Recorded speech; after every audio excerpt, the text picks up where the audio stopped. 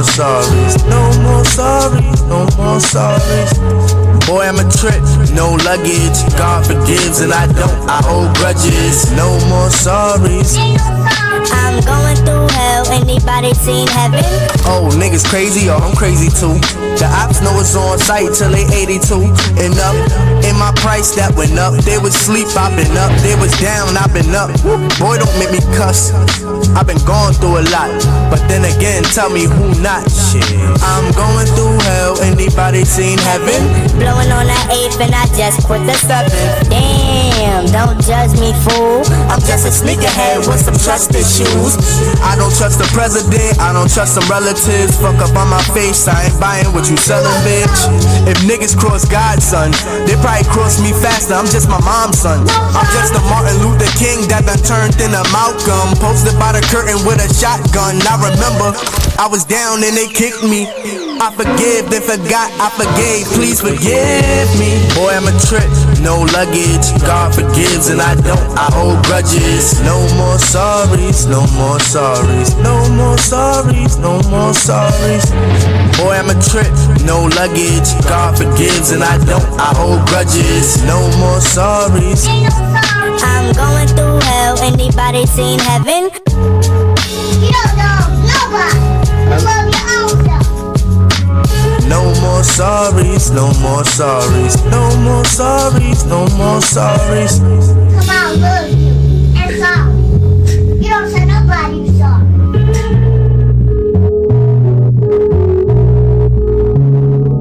I'm sorry.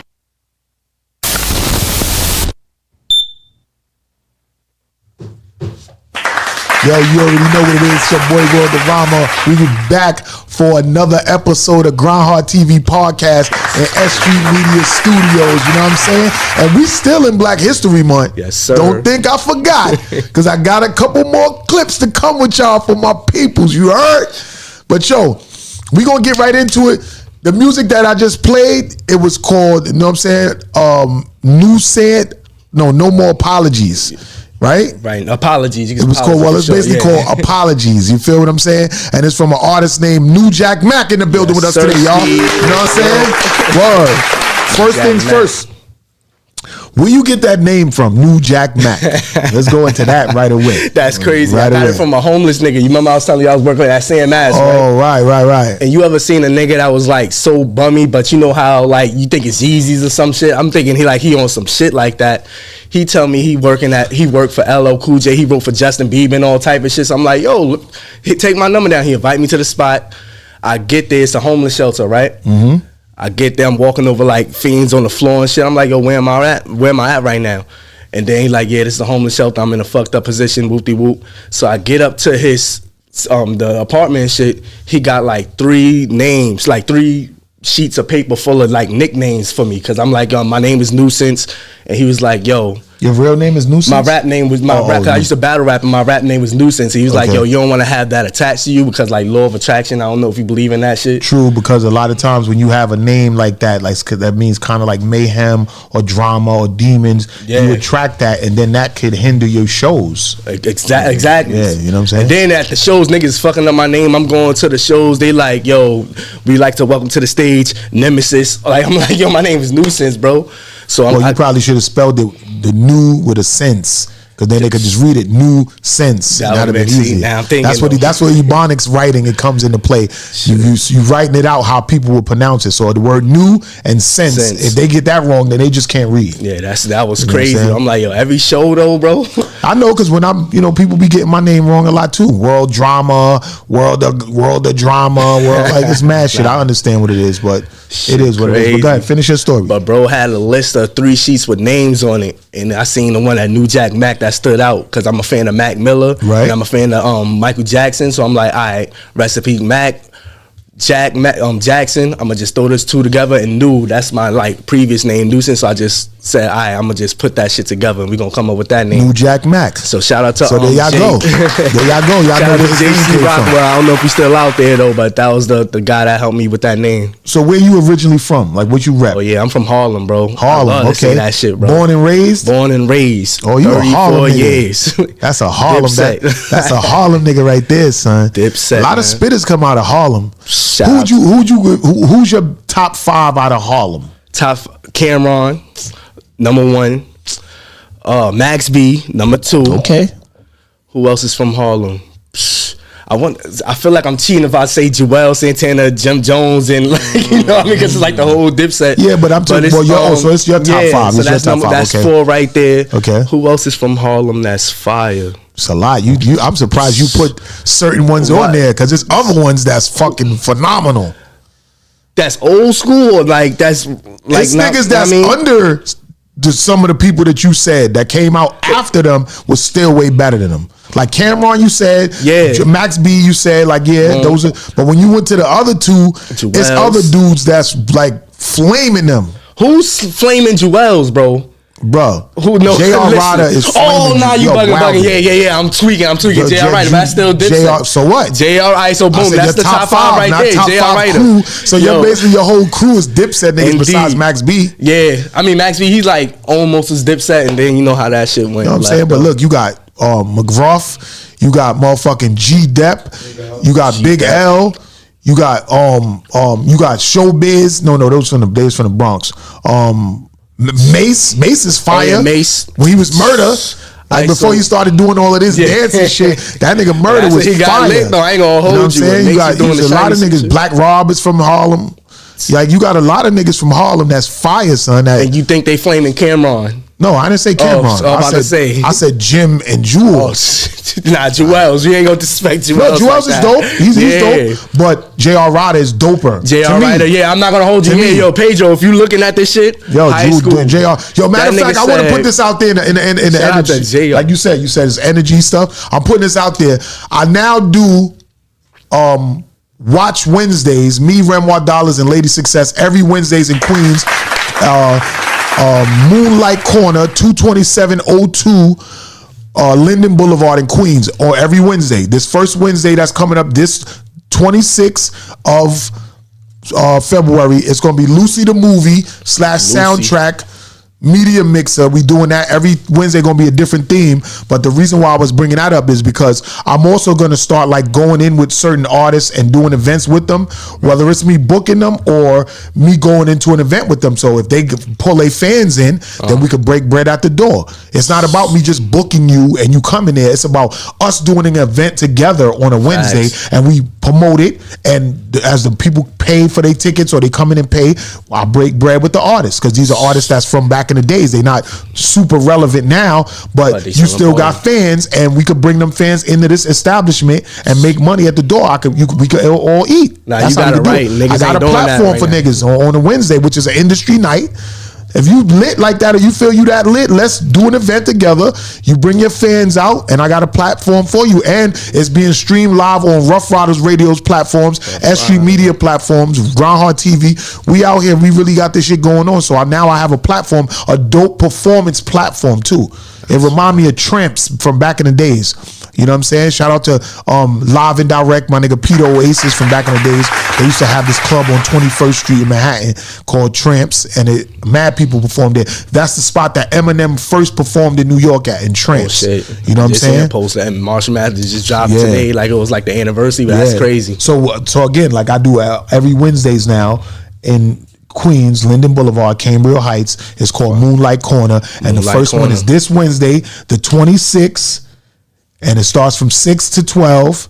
And it's an after worker thing, hookah, all that. They got food, drinks in there, but it's no cover. Nobody got to pay to get in. Oh, yeah. Just come through and rock out. Excuse, bro. Nah, that shit fire, because niggas ain't doing that, bro. Yeah, we just getting it started. So, you know how we doing it after work, because niggas I be getting off at 6. I be in my button up. I'll shoot over there, though. Come through and shit. You got the hookah, you got drinks, got food there, no cover at the door. Now, when we get other artists to come there, we're going to be charging at the door. When we get some other big name artists, because I got a couple in mind. Like, I want to do, like I said, J.R. Ryder from Harlem, one of my favorite. You know what I'm saying? When Max B come home, I would like to get Max B in there. You know what I'm saying? I want to get Mr. Cheeks in there, Smith and Wesson. It's a couple of artists that I feel is dope that I want to have in the building. So that's why I'm letting you know about that too. That's you know what I mean? fire. So you're an artist, so I want to let everybody know. Lie. Yeah. Like, see, that's why he was like, guys. when I was like, how you didn't know and say him? Like, in Harlem, it's a certain few artists rappers that's fucking get busy. Nah, he the one that got me in the metaphors. Nigga said, yo, take niggas chains with the flame we packing one by one. That's what I call a chain reaction, bro. I'm like, oh nah, this nigga, I gotta be on that type of time if I'm gonna do this, bro. Word. You from Harlem, so I know there's some spitters in Harlem and shit, son. And I know it's a couple of people that we probably didn't name, but I just ASAP Ferg, ASAP Rocky, you know what I'm saying? The whole ASAP mob, actually. You know what I mean? R.I.P. K Slay, he's repping Harlem very, very hard. You know what I'm saying? R.I.P. K Slay. I shouted him out in my event, or what I mean in my Back At It single and shit like that. Right. Also, shout out to my home team, Rough Riders family, and this is their drink right here, Ride Out. You know what I'm saying? Ride Out energy drink is pretty dope. I tasted it and everything like that. That's a fire name too. Yeah, Ride Out. So you know what I'm saying? Y'all can pick this up. It's in stores now. You know what I mean? Follow at Ride Out energy drink on Instagram and shit like that. Restore, revitalize, and ride out. Rough Riders Ride Out energy drink. Y'all already know what it is, man. Yes, sir. Your boy World Rama. That's my team. So I'm supporting the brands and shit like that. And that's what we do.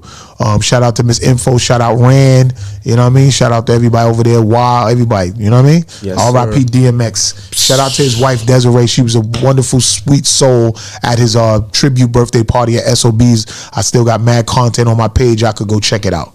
You know what I'm saying? Right. But Rest in peace to the said, dog, man. we here with Nujack Mac from Harlem. You know what I'm saying? So how did you get in tune with Grindhard TV, by the way? Grindhard TV, do my boy Laz the Don. Yeah, like, Top Don Empire. What's up? Yes, sir. Shout out. I think he on the way too. Okay. But bro, he be putting me in like situations that I be like, yo, how the fuck am I here, bro?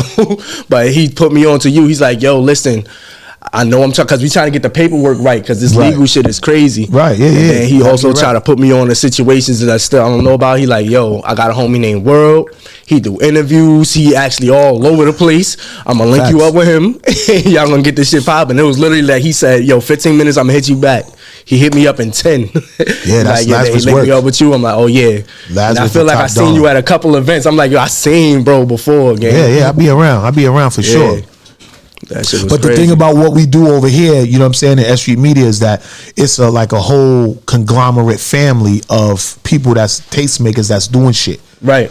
So, with that being said, when you first walked in and you noticed, oh, look, y'all produced the show, they are actually podcasters and promoters themselves.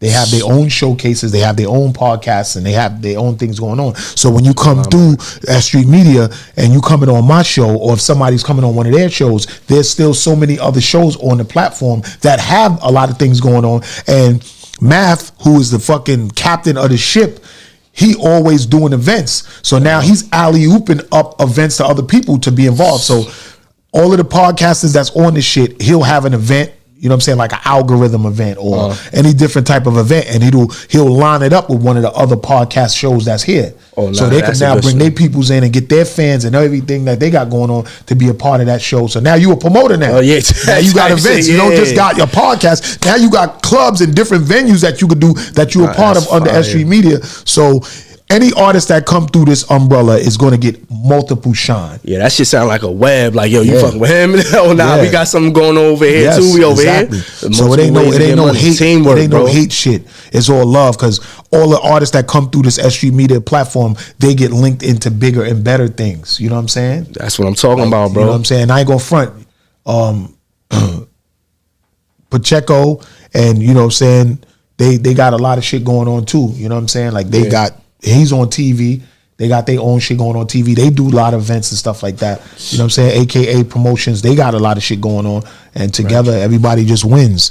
So that's how it works. And now that it's getting warm, thank God. Let's do a hand clap for that. Getting warm, I'm so bro. freaking happy. Tired of this cold fucking shit, weather, man. I'm a May baby, so I'm not with this cold shit. Got me all ashy So and all that. I'm glad that the weather's breaking again, because I also do live events pop up anywhere. So now that I not only have the Wednesdays at Moonlight Corner in Queens, but I pop up wherever with Pack of Wolf Promotions, you know what I'm saying, and DJ Weddy Wolf, because we have a Pack of Wolf Promotions Jurassic Park truck with a stage on top. What the whole system. I ain't never heard of that type so shit. yeah, you're gonna see, because you're gonna be one of the like artists that's gonna be performing at that shit. We be in the Labor Day parade, we be in Puerto Rican Day parade, Halloween parade. I mean, in these shits. Nah, y'all tap we in in this. So for for real, people that's for real. watching this episode, if y'all ain't know, do some research, Google it. Worldorama, DJ Weddy Wolf, Pack of Wolf Promotions, Grindhard TV podcast in Labor Day parade, and you'll see shit come up in Google. Or Puerto Rican Day parade, shit will come up in Google. That's you know what I'm connected saying? for We be real, at the man. Halloween parades. And just so y'all know, for the first time, me and DJ Weddy Wolf is going to be at the carnival in Trinidad. Oh, y'all. You know what I mean? Weddy Wolf is out there right Yo, now. what? Shout out to Weddy Wolf, because he's posting a lot of Yo. shit on his page, and he's with Just Jace right now. You know what I mean? Some from 4 Elements Radio, and they running around the Trinidad doing a lot of parties and shit. But I got so much other shit going on that I couldn't leave that early, so I'm leaving down on Sunday. So this Sunday I'm out of here. Oh, nah, you gotta live you know what I life mean? for me. That shit sound Yeah. fire. In Trinidad, Yeah, and the weather is fire. Mad Yeah. joints out to forget Yeah, it's about crazy. it, bro. It's crazy. So yeah, I'll be out there, and so y'all will be seeing me go live from Trinidad next week, going crazy all the time. It's gonna be ugly, and we're gonna have a great fucking time. So shout out to my guy DJ Weddy Wolf, aka Crucial Mr. One Love, my guy DJ Just Jace out there in Trinidad doing this thing real big, real heavy, and you know what I'm saying. Worldorama gonna link up with them, because everything is gonna be crazy. You know what I mean? International, bro. Yeah, that's a fact. Let's go. Also, shout out to my guy, DJ Navera out of London, who produced the song My Flowers. You know what I mean? Soon I'll be working with him on a Grindhard TV radio show from Supreme FM, and we working on that right now. But you know what I'm saying? I definitely want to fly out there and network with him and shit like that. But he's been sending me production for years now. He did a couple of records for me. Too Many Cats. He's done My Flowers. He's done I'm Gonna Get Mine. He's done a lot of records for me and shit. So this How is you link up with bro from London though? Like, years and years ago, he was networking with my boy Direct. And we was in a crew together under 2520, Mr. Marlin clothing line, and me and him just stayed real tight. And he sent me some beats, and I've made some joints out of them, and we've been tight ever since. So this is over a 20-something year relationship with this guy overseas in London, and we've never seen each other in person. oh nah, that's tough. We've bro. never seen each other in That's mad person. tough. Like we talk a lot never. on the phone. We send each other music back and forth. If he went to Jamaica, he reached out to me. But these are relationships that I kept with people for over 20 years that we've been working together and stuff like that. You know what I'm saying? Relationships, niggas talking about this money shit, but nah, relationships, that's what keep the car moving. I'm telling you. And how you feel about that though? Because you from Harlem, and everybody is all close knit to each other, but everybody don't really rock with each other. That's what I was about to say. Like, it's close knit, like it's a small world, but they be sneak hating though. Like you like, yo, let's link up, and then all of a sudden start, I gotta do this, I gotta do that. Niggas don't like your pose, so now I feel like you got a link. I know more people from the Bronx that put me in position more than people that's from Harlem. Like I probably only did one show in Harlem, but as far as like everybody sticking together, I be trying to do it, but it'd be a lot of like sneak hating going on. So since out of your top 5 out of Harlem, you most of your picks were Dipset. What is your take on the Cameron and Jim Jones beef between each other? Bro, I'm not gonna lie, that shit was kind of breaking my heart. I'm seeing everybody was like looking at the joint, laughing and everything. I'm like, yo, this is a serious situation, bro. Like, they was really brothers. It feel like you know them. It's like you want to tell your family members like to stop fighting. I'm like, yo, come on, all it takes is a conversation, because it's not even that deep. Like, if you see Jim Jones, he was talking about Cameron, but he wasn't like really violating. Like, people really be violating when it's real beef. Right. Bro had the Dipset gloves on, like just saying, yeah, I'm from the Bronx, but like I'm doing it now. He wasn't saying nothing crazy, so I feel like it could get fixed. But well, I wanted to get fixed. You drink these? You drink I'll fuck with it. We can do that. Take that. Let's ride out. Mm-hmm. You know what I mean? But shout out to Jim, because like he had the same kind of over that Cameron had. Like Cameron put people on, and Jim Jones put mad people on. People don't really talk about it, but he put Stack Bundles on, Max B on, Mel Matrix, like all these type of niggas, Jaja, and they all had talent though. But like all this is a conversation. It's not even that deep. Salute. I'm glad that you want your Harlem cronies to work it out. Yeah, to be honest, what is they even beefing for? I don't even remember. For real, you know like what? That. Dipset and Cameron and Jim Jones and Jewels and Freaky Zeke, they've been in the game so long. If you want to, you can rest it over here. Yeah, I ain't put know. your joint down right here. Let everybody know ride this. Out, man. Word. You know, those guys been in the game for so long that I feel like this can all be planned. Honestly, I feel like it can be planned because Cameron and Mace is so lit right now off of that show. It is what it is. Jim Jones is still like trying to keep relevant and doing his thing, but them boys, all of them, because you know Mace taught Jim how to rhyme, and all of them has been together. So I feel like whether they in on it together or Jim said, you know what, I'm going to talk shit about Cam because that's my man and I know him. Yeah. And I think he going to say something back. Probably, so I'm going to talk my little shit and Cameron going to respond and then the internet going to go crazy. It's going to be in a frenzy. Yo, so listen, bro. Whoever thought that shit out, whether it was them in on it together or if it was just Jim venting and Cameron saying, you know what, I'm going to say something back because I'm going to get him hot again. You know what I'm saying? Because Cameron's always been the leader of the shit. You know what I'm saying? So however they did it, to whether niggas are saying, oh, they beefing, there's still a viralization around Dipset again. Yes, sir. The last viralization, y'all know what it was, that motherfucking versus shit when they got their ass chewed. Listen, we ain't gonna talk about that, bro. That was a traumatic experience for me, man. You know what I'm saying? You being from Harlem, like, talk about that shit. They got their asses chewed. I was tight, because I'm telling everybody and their mother, I'm like, yo, Dipset got hits. They still relevant right now. No disrespect to the Locks, though, but I'm like, yo, I know more Dipset songs. They more lit in the street. Then they get on the verses. I completely forgot that they did a song with Mariah Carey, bro. I'm like, oh, and nah, they keep dropping Jones at the Jones. I'm like, he was like, oh, y'all ain't got nothing for the bitches. I forgot about this one. This nigga Jada was like, oh, these niggas must have forgot. Joel's threw him the alley. Like, y'all don't got no songs for the bitches. Then he said, yo, drop that Grammy winning shit. Like, oh, bro, they killed me with that. I'm like, yo. But it was a good verses. I want to say that's the number one verses of all time. That's the best verses, son. Out of all of them, that's the best one.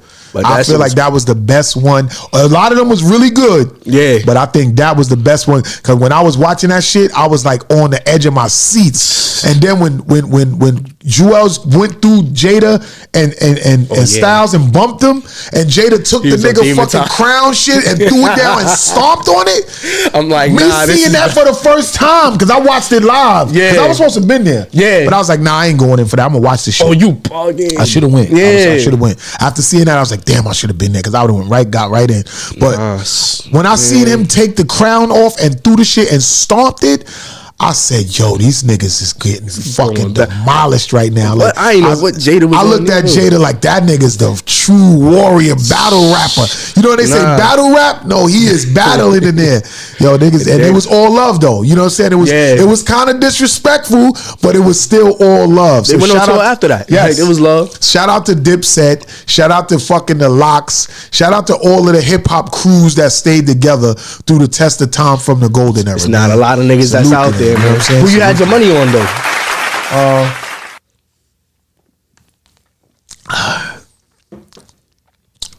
Honestly, man. I kind of thought that the Locks would have not the Locks. Dipset. I kind of thought that Dipset was going to take it with all of the songs and the hits that they got, but the way the Locks executed the fucking plan, and what made it bad from the very beginning is that I think Cam and Jewels and Jim, that I think they thought they was gonna win by just the stylishness of it. You know what I'm saying? You see how Jim Jones had the jeweler come and give him the big chain, and he put it on, and the niggas had they had some fly shit on, but that wasn't the time for that. Y'all was in the arena, Madison Square Garden, wartime in the middle. That was the arena in the middle of that shit.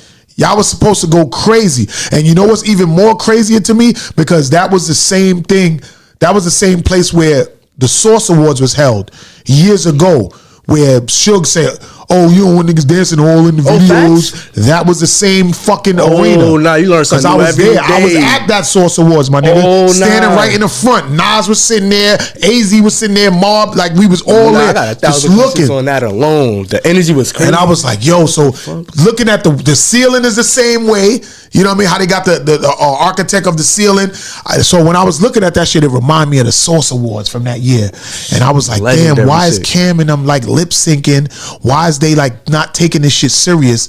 And yo, the Locks was in there. They was rapping, son. Rapidy rap, man. Bro, And when we was like, he was like, when Jada said that, hey yo, Tech, you know what I'm saying? When he said that, Yeah. and that Biggie beat dropped, yo, I didn't know that was a freestyle from back in the days that he did. Do you know that freestyle streams jumped up like 1,000,000%? Of course it did. Off that shit. I even was a part of the stream. I was You know what I mean? looking at Like, something, so you being from Harlem, like, how did that make you feel? Like, seriously, like, tell the truth. it just made me feel like, yo, you can have hits and everything, but that don't really matter. It's about stage performance. Like, I ain't even know people frowned upon like people having songs with the lyrics in the background, like while it's going on. I didn't even know that. Yeah, A lot of new artists think that it's okay to rap over their song, their music, and just be dancing while the beat words is singing. Like, nigga, you lip syncing. You doing karaoke. niggas, I could have watched this shit from home if y'all want to do all You that. carrying your own key on your own music just so you could dance and don't lose your breath. But the Locks were really spitting. And they was saying it. They was like, yo, excuse me. That's an energy drink. Excuse me. They like, yo, how these niggas lip syncing? Jada and them was saying it on the mic like, yo, this is Crazy, MCing. We in the heart of New York. Heart of How New y'all York. gonna be lip syncing over your words? They was saying it. So that right there was letting a lot of these young artists know, like, yo, that's not cool. That's not a go. I ain't know it was frowned upon until Yeah, that son. moment. I'm like, yo, and that's bro, what it did. what? It educated you to know that you see all these dudes rapping over their songs and they just dancing and not even saying the words. Yeah. That's not a real performer. You're not a real MC, master of ceremony. You're not really moving the crowd It's an art to the when shit. you can't fucking say your words. Like, it's okay to have the hook in, so you would just say over the hook. But when them verses come in, niggas gotta hear you projecting that shit. You can't be fucking rapping over your shit.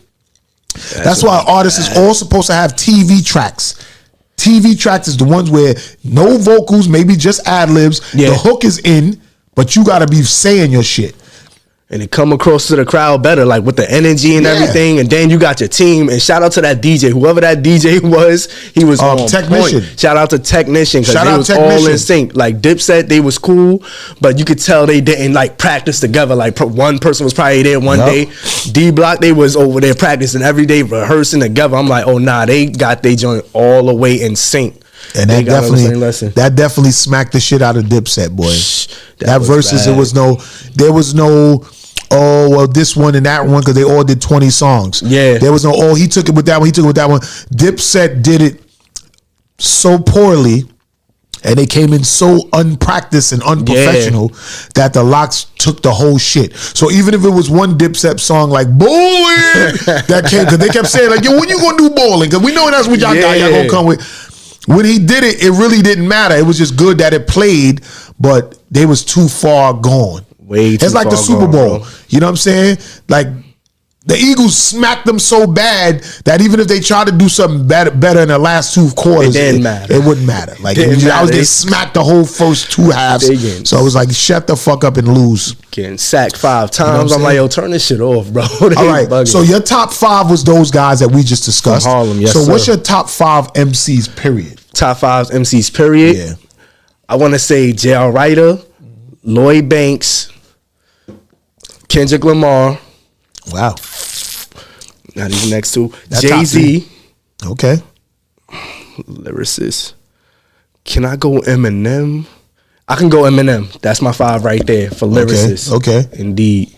So that's a good top 5 as far as bars is concerned, because all them niggas spit crazy. Yeah, and don't even get me started on. I noticed how you made sure you kept J.R. Roddy. Oh yeah, because I don't even know how I forgot him. Like yo, Papoose was on the list though too. But like he the one that got me started too. Papoose, J.R. Ryder, all them niggas though. But as a solid 5, if I'm on the island, I can listen to every day. Those are solid 5. Yeah. I have. You know what? I really love Lloyd Banks. You know what I mean? It's kind of biased because Queens. You know, it's a Queens thing. But after a while, I do get kind of tired of his voice.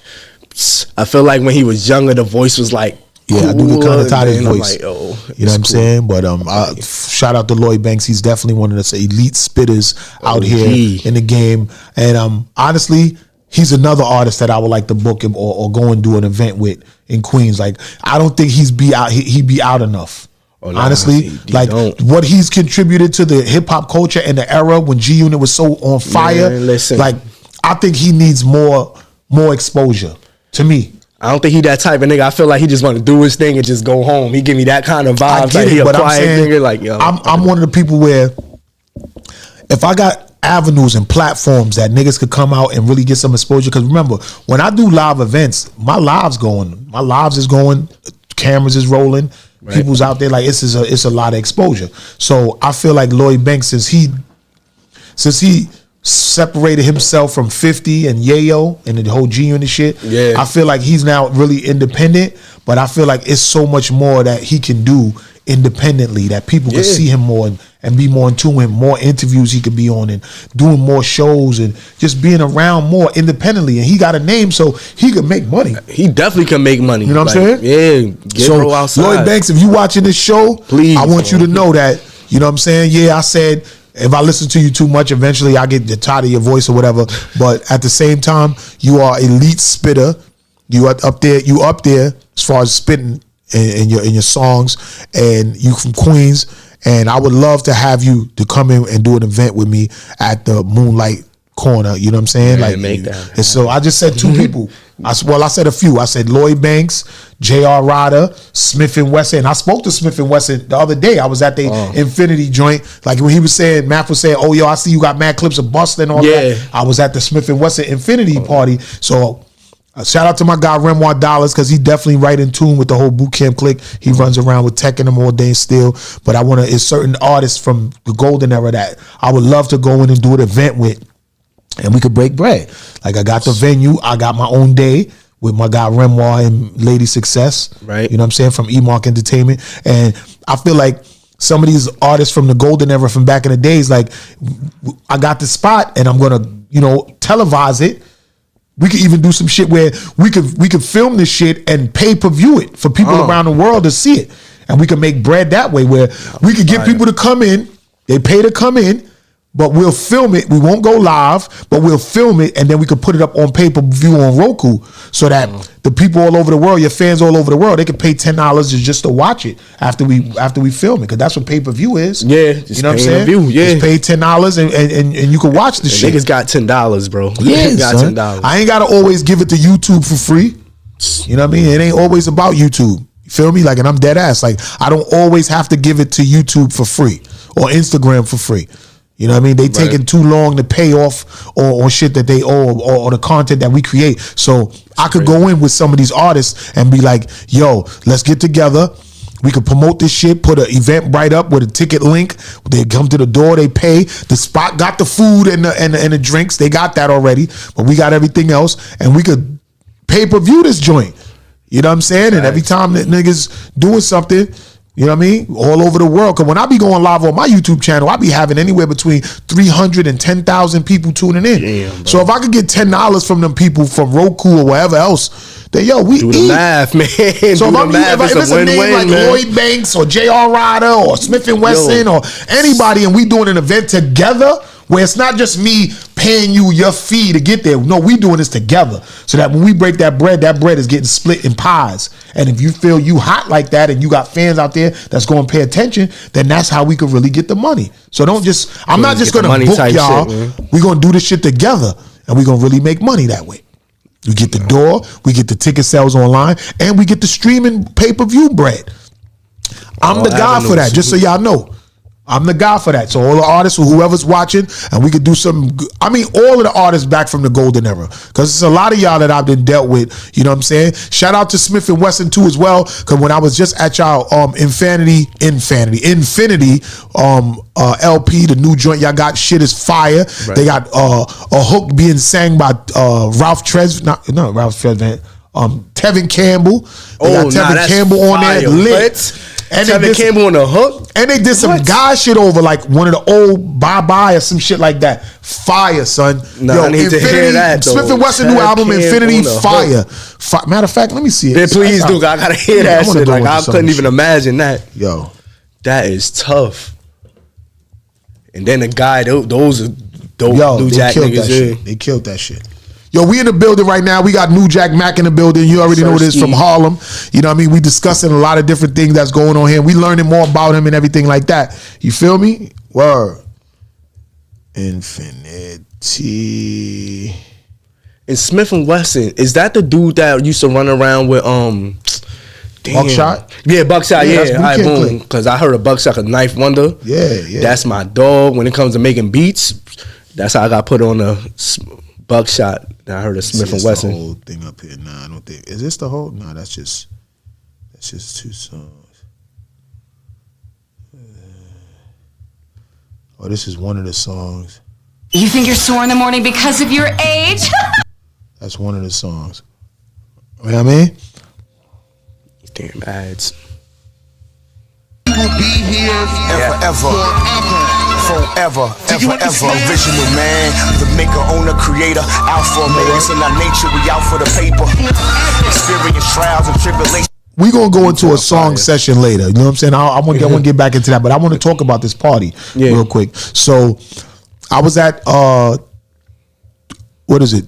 212 Avenue A is the name of the club.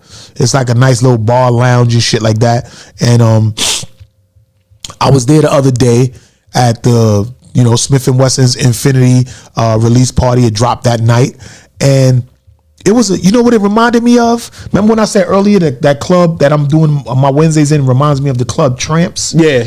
It reminded me of that whole event reminded me of a golden era event. You know why I say that? Wow. Because back in the golden era, you was a little younger, so you probably won't remember this. But back in the golden era, all of the big rappers that we naming now from back in the days, everybody used to be in the clubs in the city. You know what I'm saying? The thing was to go to the clubs in the city, all of the little clubs. It was open mic events, you know what I'm saying? Showcase events, big major events, industry events, and all of that shit. Right. You would see the street draped up with everybody's posters and flyers and shit like that. The street team, you know what I'm saying? Yeah, shout out Shampoo, because he's the one that really started going crazy with the street team shit. That's why Shampoo is so popular. If y'all didn't know, he's popular for draping up the whole block with everybody's posters and flyers, and every fucking pole and light pole got everybody's signage up, whatever label was there doing it. And you know who else doing that now to this day? The nigga 5 Mics. Shout out to 5 Mics. Yeah. You know what I'm saying? Because he's like bringing that back, that old school style of promotions, and it works. You know what I mean? But so I'm at this event and I go in and I'm crossing the street to walk in, and I see, first of all, I go across the street first because I think that the spot is across the street, because the spot that they did theirs in, it's like a little secretive spot. You walk in and there's something in the front, and then you got to go through the secret door. Now you're in some back club area. Yeah. You know what I'm saying? So that's how it was, right? So I'm across the street at some other bar in the corner, and Dinko D is there from Leaders of the New School. Oh, type shit. So I'm like, I'm saying, oh shit, Dinko D was good. We know each other, whatever. He been on my show before. So we chopping it up or whatever. And as we talking, and I'm telling him like, I want to get you on the podcast or whatever. And he's like, let's set it up. So soon we'll have Dinko D sitting right here in your spot, and we'll be interviewing him too as well. So as I'm talking to Dinko D, Terminology walks up with Static Selector. I heard of Static Selector. And somebody else. And I'm like, what up? Because me and him, we was in South by Southwest together. Right. You know what I'm saying? When me and Mike Hands used to do events out there, I would go out there, we would rent a mansion out, and we would have a house full of mad rappers and big time niggas. Like, we really did that. So Terminology and Static Selector pulled up, dapped it up with Dinko D. I finished talking to Dinko D. So now we all walk across the street to go in 212 Avenue A. Right. So we go inside. Walk right in, of course. And I go inside and I see Smith and Wesson chilling right there at the table. You know what I'm saying? Yeah. Cynical sitting right there. You know what I'm saying? She the one that handled a lot of the stuff with for Steel and stuff like that. Buckshot is sitting there chilling. You know what I'm saying? Eclipse from Rappers Out of Control, Sirius Satellite Radio, right there chilling. Oh, now mind you, all of these guys, I know these guys. So I'm like, oh shit, yeah. Everybody in there, like, there's a lot of people in the fucking spot. So I'm like, yo, this is reminding me of back in the golden era when you would come in a spot and everybody who is somebody is in there chilling on some chill vibes. Yeah, it ain't no funny fuck shit. Everybody's just there having a good time. You know what I mean? Shout out DJ Logic was on the 1 and 2s. Evil D was there, you know what I'm saying? L Haggard was there, and my guy Mecca from My Expert Opinion, he was in there because he's from back in that golden era. You know what I'm saying? And then later on that evening, we all chilling or whatever, and Busta walks in. I'm like, this is a real hip hop vibe right here. You know what I'm saying? Busta, they all pulled up. That's definitely hip hop. You know what I'm saying? For Smith and Wesson Infinity album release party and shit. Niggas was just in there vibing it. Conversation, negotiation with agents Satan. Put my faith in the most high before I hit the pavement. 10 toes way outside. It comes back on. You know what I'm saying? So, and then later on that night, we all chilling right in the front foyer of the club talking, and here comes Shampoo. Shampoo walks in.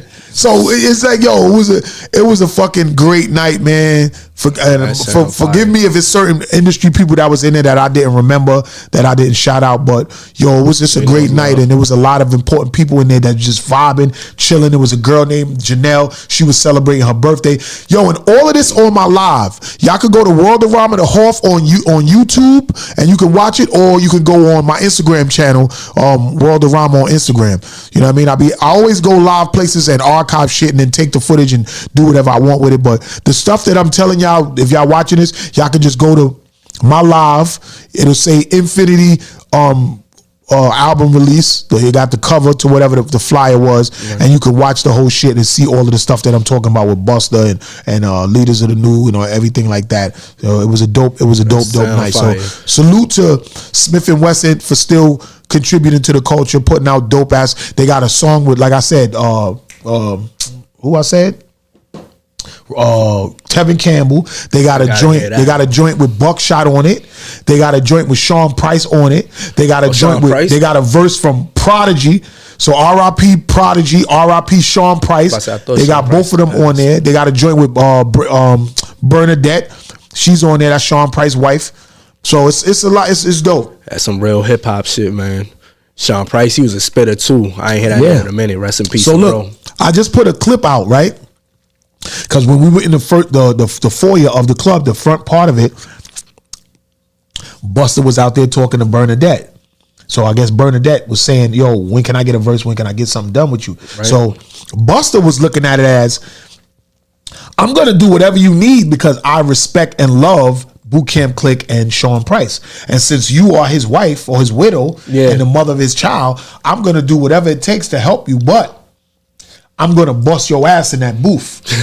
It's only right, bro. He said it. He's like, yo, this is the wife and the queen of one of the phenomenal spitters, Sean Price.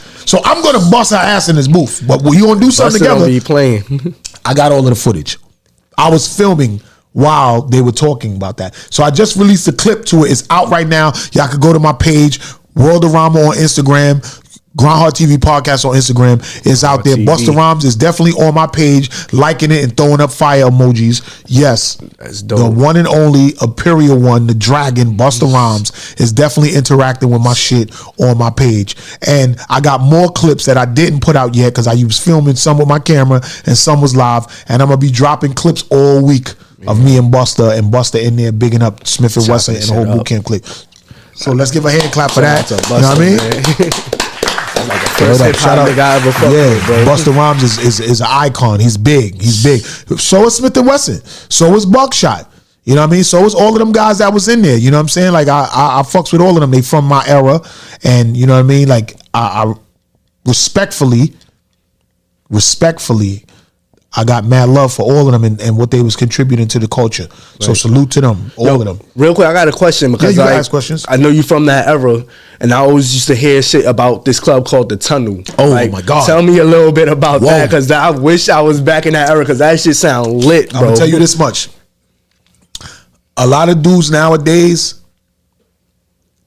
be acting tough, but in the Tunnel, nah, B. It was a wild time, and I ain't gonna front. Most of the times that I went to the Tunnel, I got in by myself. I went by myself. So when niggas see me pulling up to a lot of events by myself, jumping out my car by myself, I used to take the train to the city by myself and go to the Tunnel. Used to, you know what I'm saying? So I used to roll with my mad niggas back in the day. Shout out to Bomb Building, Cougar the Bag of Bones, Insane Psycho Home, all this and that. But when it was time to go to that Tunnel shit, I wound up getting in by myself, and it was wild. And then I always would see niggas I know, and it would be mad rappers in there, and niggas and they crews and they're crazy. But yo, so you seen niggas get robbed, all type of shit. Like I heard some. That was the first time I went into a club and I seen it was a unisex bathroom. Like when you go up the stairs to the bathroom.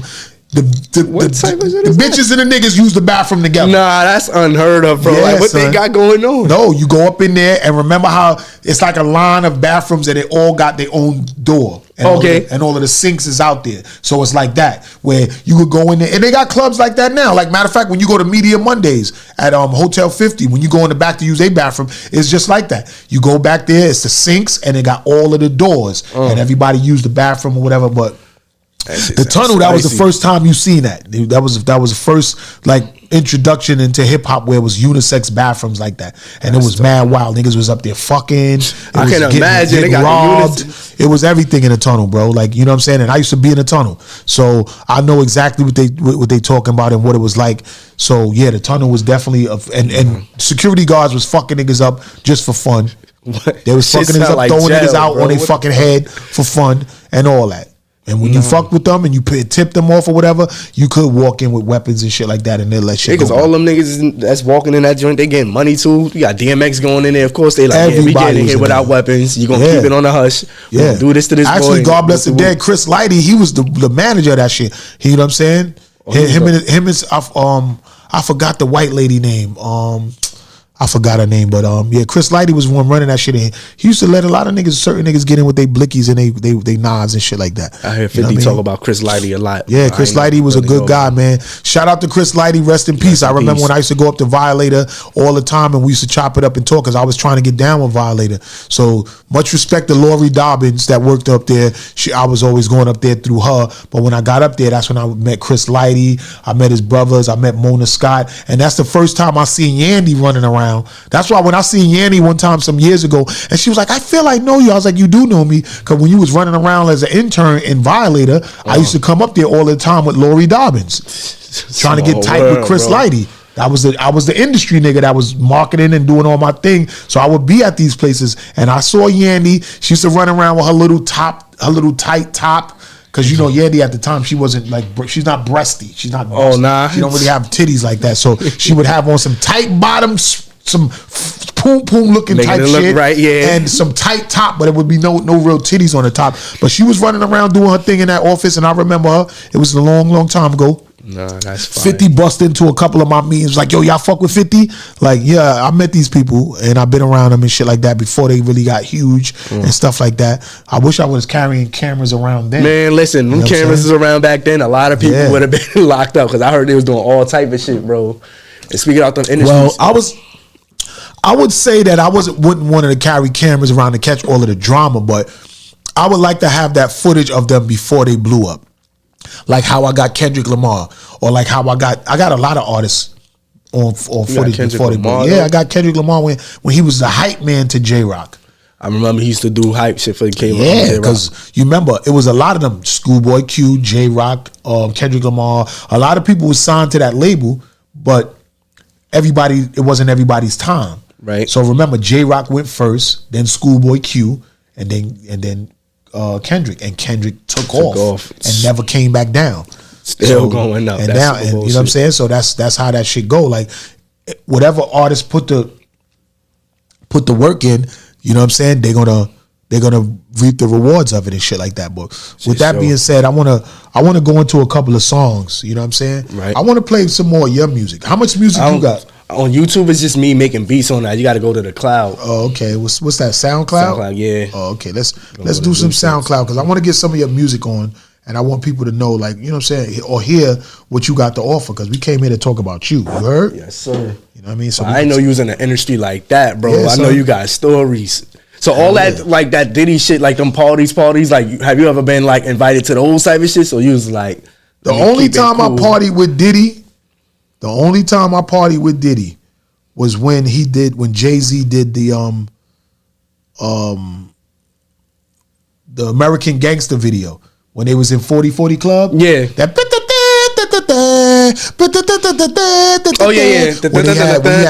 when he had Jay-Z in the video. Jay-Z had Nas, all of them, Rick Ross, everybody was there because I was there. Behind the scenes, everything, behind the scenes, filming, all that shit. And that's the only time I would say that I've like partied with Diddy somewhere was at that video shoot.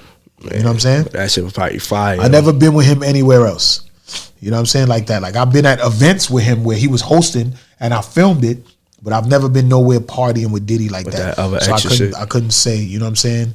That I'm trying to find, let me see what this said. Okay, I'm gonna look for your shit right here. So type nuisance. N-U-I S-A-N-C-E. Now that you, I wish I would have did the sense thing. I should have been thinking though. You could have. This is all you? Nah, hell no. Who's these niggas? So I'm gonna send you the joint. Hell no, I don't know who that guy is. Word? This not you right here? Nah, type SimCity Blue, Nuisance SimCity. New Sim? Yeah. No, to keep that and then put space and SIMP and it should automatically pop up. Alright, that's the first joint right there, and then you can just click the artist and you'll see all my. This one? Yeah. All right, let me go to this. It's a little bit different. I'm giving you a disclaimer, forewarning right now. Hold up. This. Yeah, that's me. But this only got one joint there. Oh, now you gotta click that nuisance name. Where? This one? Yeah. Okay. All that shit should pop up. Okay. That shit right there, yeah. But that's what I'm working with last right now. With like, we about to get my shit everywhere. Yeah, because you can't just have it on SoundCloud. I know some niggas like to blow up and be SoundCloud lit, but we gotta do something about that. That's indeed like somebody. But we gonna go into some music right now. Shit. We got Nujack Mac in the building. We gonna play a couple of his records, and we gonna come back with more. It's your boy Worldarama. Yeah, let's go. Let's get it. It's SimCity. Oh.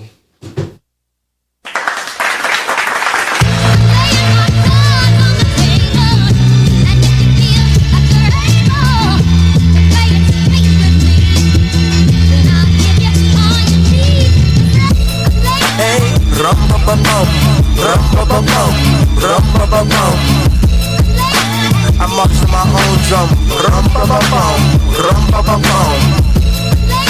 Big bags turn to big chains. You baby boys get smacked by Ving Rains. What's your end goal? Tell me what's your end game? I'm in game. The only thing you niggas in is insane. Fuck around, get around like a carousel. I'm real rich, the hoes we hit parallel. Big gangsters exposed, big tattletales. But that ain't my business, I'm just a nigga rapping well.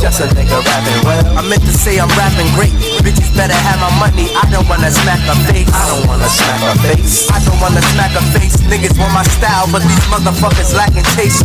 Smack the taste out the mouth if you play with my guap. Son of a bitch, go play with your pops. I don't give a fuck if I'm a nigga favorite or not. Long as my bitches love me, I'm getting different money. You won't get chicken from me, you got to listen, honey. This be that European drip that should be fitting funny. How come the name is never mentioned when we mention money? I want a bitch, I get a bitch to go and get her for me. Nujack, march it to my own drum. Rum-ba-ba-bum, rum-ba-ba-bum, rum-ba-ba-bum. March it to my own drum. Rum-ba-ba-bum, rum-ba-ba-bum, rum-ba-ba-bum. Talk to me, man. Guess who's Bizak? Still spinning racks on my clothes. It's Nujack, I'm a snack to these hoes. All my ops either broke or got tags on their toes. He ain't gang, you know I'ma attack him the most. Niggas never round when you need them the most. But when you most want it, niggas always screaming we close. I just wanted the love, they ain't give me a thing. Now they hands out saying I changed. What the fuck, man? Like how? Like what happened, bro?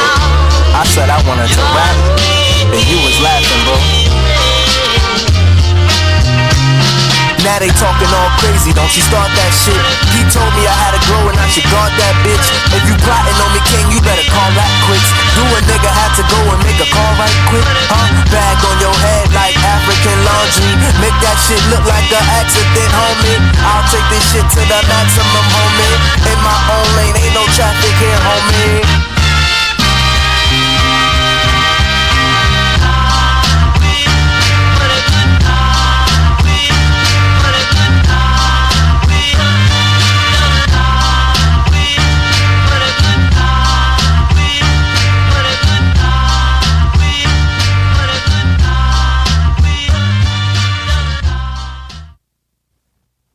At Planet Fitness, we're declaring it.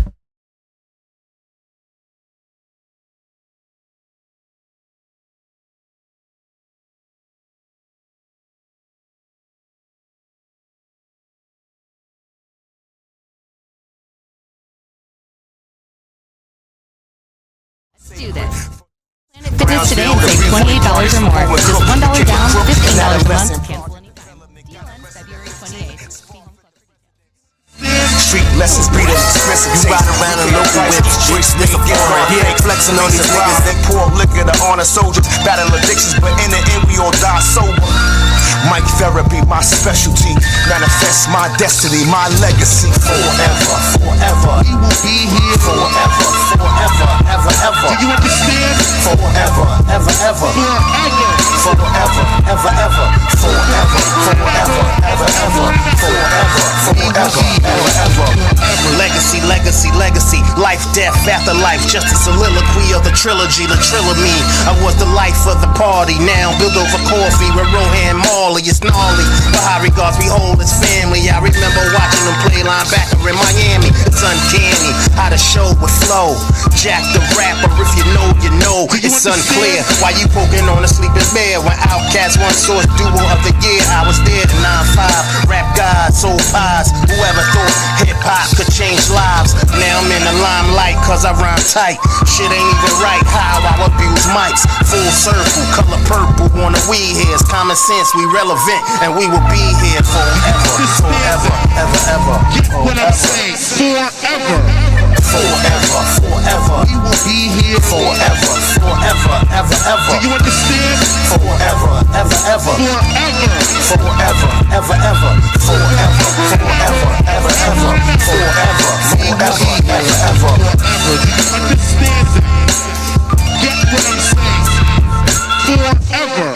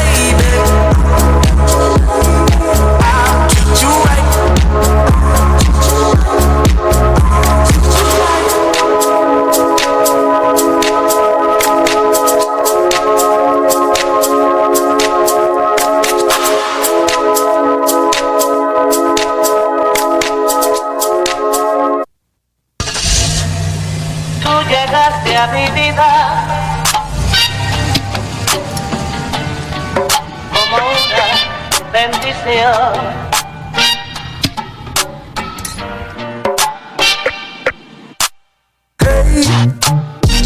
what you want me to say? You got too many bodies for me to call you babe. Now I said, hey, what you want me to say? You got too many bodies for me to call you babe. You belong to the streets. Hey, we only talk for a week. Hey, the block said you's a treat. Oh, I just wanted me a piece. Oh, little baby came through. Hey, now she wanna be my boo. Hey, oh, no, no, no. Oh, no, no, no, no, no. Hey, what you want me to say? You got too many bodies for me to call you babe. Now I said, hey, what you want me to say? You got too many bodies for me to call you babe. No, I can't call. No, I can't call. She calling me 24/7. Hey, I'm working, I'm off at 11. Hey, the streets kissing and telling. I need me a piece of the heaven. I wanna rub on your butt, booty. I know they judging you, but truly, you don't be giving a fuck. Ooh, is you gon' suck it or what? You the word going round town. Oh, you wanna settle down now? Outside acting all up. Let me get a pussy pow pow pow. I'ma keep it tall. I done heard way too much to get involved. Hey, hey, what you want me to say? You got too many bodies for me to call you babe. I can't call you. Now I said, hey, what you want me to say? You got too many bodies for me to call you babe. Yeah, she not already fucked one nigga up in Mississippi. Now I'm finding out she talking to you too. Saving on your education should be alright, not a competition.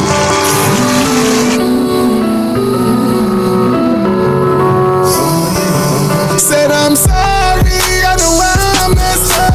I'm sorry of the pain I've caused. I'm sorry, I know it doesn't mean a thing, but don't give up. I'm sorry, I know I messed up. I'm sorry of the pain I caused. I'm sorry, I know it doesn't mean a thing, but don't give up on me.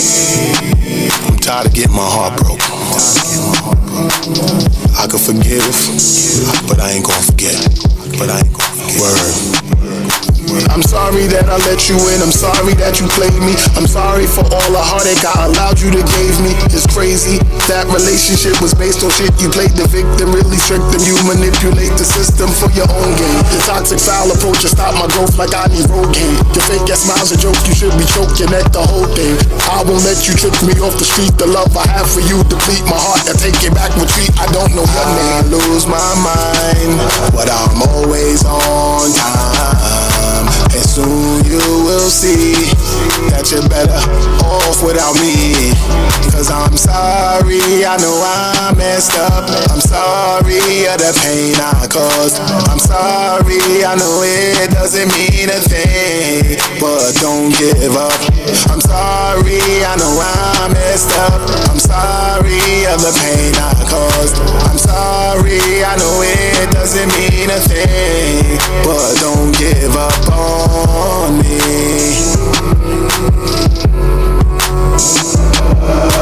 But I know I was wrong, but I know you kept me strong. And soon you will see that you're better off with me. And I know that these things won't be easy. And I know all the times we were real. But I'm sorry, I know I messed up. I'm sorry of the pain I caused. I'm sorry, I know it doesn't mean a thing, but don't give up on me.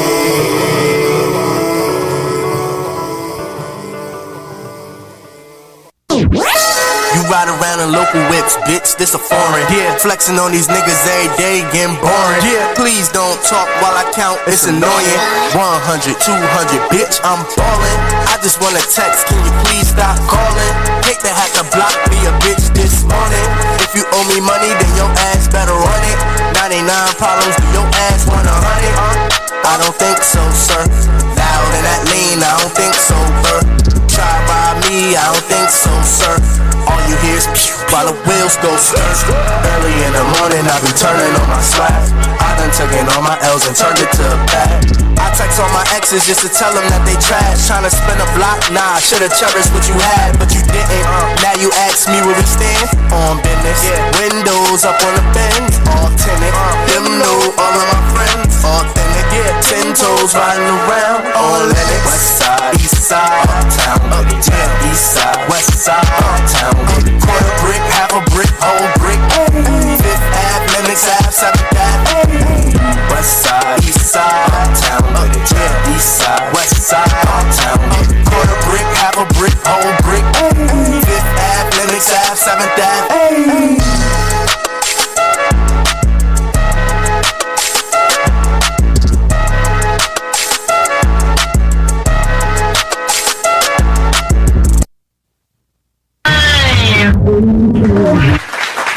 You already know what it is. It's your boy World of Rhyme. We are back with my special guest, Nujack Mac. Let's go.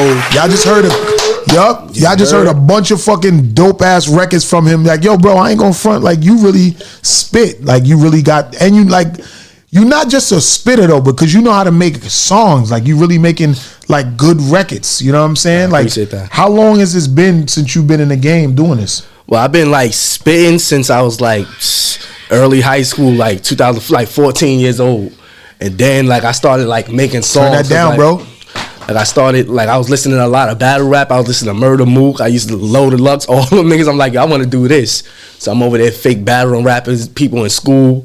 But I always like to make songs. Like I always listen to Michael Jackson. I seen a joint where you talking about niggas back in the day. Like we only had like regular songs, like people singing like the old school shit. That's what I was brought up on. And I always like to make music like that. So I'm like, you know what? I'm going to go into that lane too, because I love that shit. Motown, all them R&B songs, Tevin Campbell.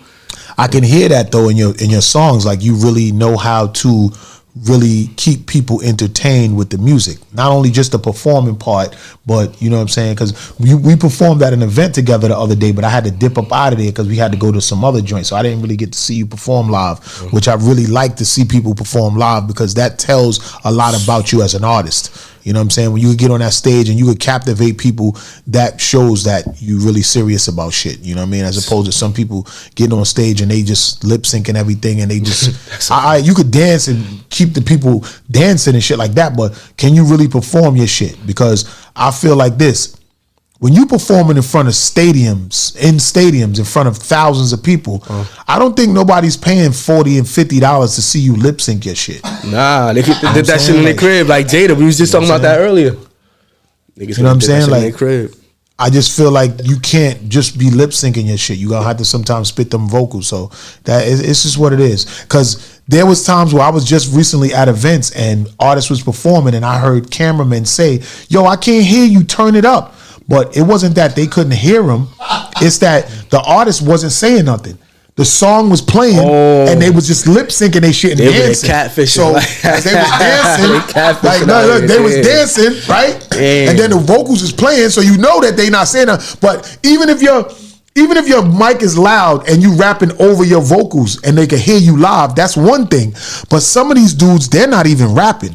They're just dancing, and then when they put their mouth to the mic, they like, and they're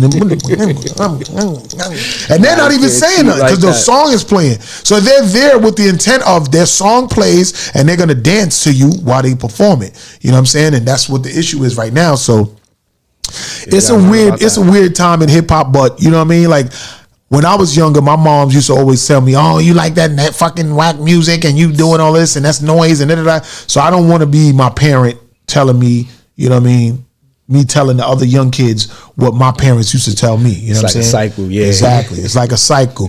Niggas come home, some will go in, do a bullet, come back, do the same shit again. You know what I'm saying? From the womb to the tomb, presume the unpredictable. Gun salute life rapidly. That's the ritual. You know what I mean? So that's not. That's Nas. I'm out the loop. Oh, shit. That's Nas right there, man. You gotta get on Nas. You know what I'm saying? So yeah. So I don't want to be the fucking parent that's trying to police the youth with how they expressing themselves and shit like that. So. But I'm just giving my opinion. I have a podcast and a platform where I can talk my shit, and I'm just letting y'all know that's how y'all be looking when y'all be doing all of this on stage, and then y'all try to rap it, and then y'all just like, and you're not really saying nothing. We notice it. There's a lot of people that's noticing that shit. Just so y'all know. Clean that shit up before they get to the big stage, though. So Nujack Mac, like explain, like when you perform, like what's your method of entertaining the people? Like I went to a lot of performances, bro. I had a lot of trial and error. Like I was telling you off the camera. Right. Like it was about the rap shit. I was like rapping. But then you go through these events, you see like 1,000 niggas like doing the same thing. Mm-hmm. So I'm like, yo, I gotta find a way to stand out.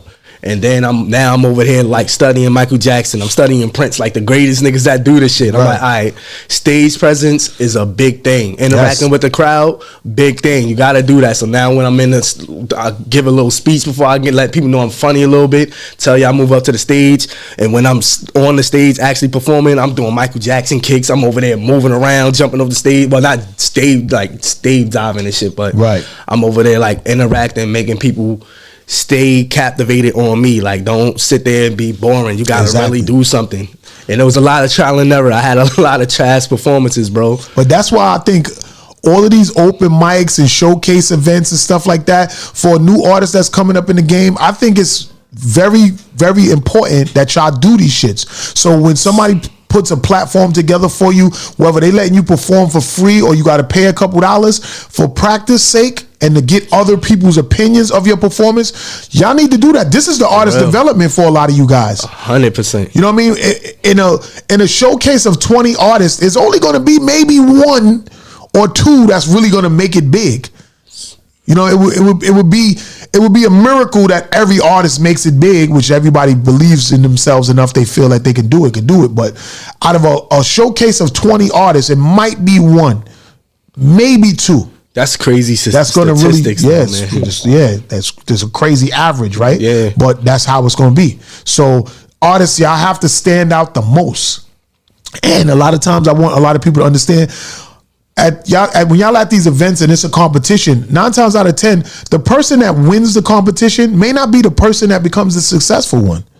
You know what I mean? That person that lost, that might make them go harder and become bigger than the person that won that shit. Facts. You feel me? So don't never be discouraged by being in any type of competition and you don't win, because there's competition that I went and I won and I got a couple prizes, but then there was other people that didn't win that got bigger than me, or I didn't win certain competitions and I've been in bigger situations than the artists that did win. So don't ever be discouraged, man. Believe in yourself 100% and just keep going and keep pushing and stay active. You know what's an inspiration to me? What? I still can't believe Lauryn Hill got booed at the Apollo, bro. Yeah. What the fuck was when that? I seen that footage online, Hill, bro. When I seen that footage online, I was like, wow, they booed her. Damn, crazy. What was going on? Neo too. So that's just a little inspiration. Like, even if you have a bad day, get right back up and get to the shit again, bro. Don't let nothing keep you down. That's you know, it's funny you said that. It's funny you said that because back in the days, right, when before